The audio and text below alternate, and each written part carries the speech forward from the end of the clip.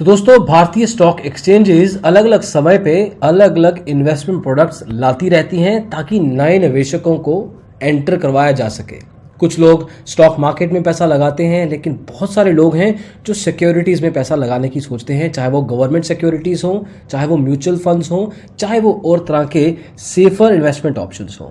आज बात करेंगे एनएसई जो नेशनल स्टॉक एक्सचेंज है ने टी बिल्स मतलब ट्रेजरी बिल्स और एसडीएल्स स्टेट डेवलपमेंट लोन्स को लॉन्च किया है ताकि मार्केट में उनकी पार्टिसिपेशन बढ़े, उनमें भी इन्वेस्टमेंट किया जा सके। देखेंगे किस तरह का प्रोडक्ट है ये, किस तरह की रिस्क लेवल्स हैं इसके और क्या आपको इनमें निवेश करना चाहिए या नहीं। तो आइए शुरू करते हैं।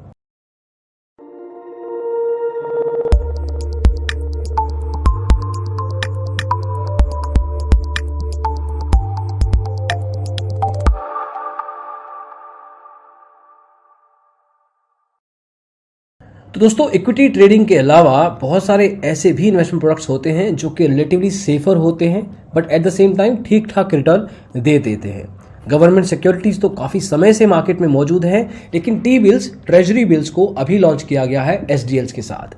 टी बिल्स सेंट्रल गवर्नमेंट के द्वारा इशू किए जाते हैं, जबकि एसडीएल्स को स्टेट गवर्नमेंट ऑन करती है। ज्यादातर इन्वेस्टमेंट प्रोडक्ट्स में बैंक्स या इंस्टीट्यूशनल इन्वेस्टर्स ही पैसा लगाते हैं और अच्छा खासा लगाते हैं, लेकिन रिटेल पार्टिसिपेशन थोड़ा सा कम रहता है। अब ये अपॉर्चुनिटी अवेलेबल हो जाएगी जैसे ही ये एक्सचेंज में दिखेंगे। अब इनके अलग अलग कुछ मापदंड होते हैं। टी बिल्स में अगर आपको पैसा लगाना है तो इनकी मैच्योरिटी अलग अलग समय पे जाके होती है। कुछ 91 डेज में खत्म होते हैं, कुछ 182 डेज में, कुछ 364 दिनों में भी होते हैं।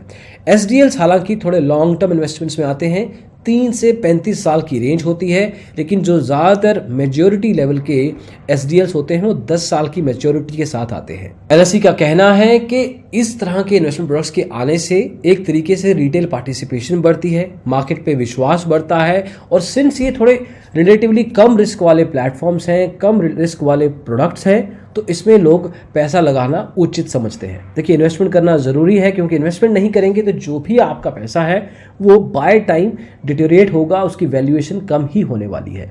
कौन सी जगह पैसा लगाते हैं that is also a choice. अगर आप ऑलरेडी स्टॉक मार्केट में लगा रहे हैं तो it can work as a portfolio for you.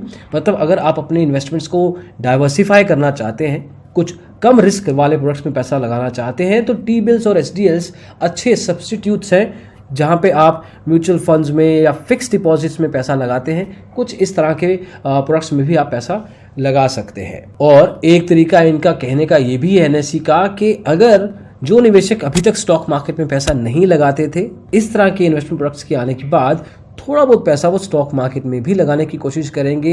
Analysis के बाद, जो हम आपको हमेशा कहते हैं एनालिसिस ज़रूर कीजिए, तो आप डेफिनेट लेवल पे इन सिक्योरिटीज़ में भी एनालिसिस करके पैसा लगाइए। ज़रूरी नहीं है कि हर सिक्योरिटी आपको अच्छा रिटर्न दे, कुछ कम देगी, कुछ ज़्यादा। You have to figure out which are the specific securities और SDLs that are beneficial as per your requirements. तो दोस्तों, इस वीडियो में बस इतना ही इंट्रोडक्शन था ये कि एनएसई में कुछ नए प्रोडक्ट्स आए हैं, आपको पता होना चाहिए।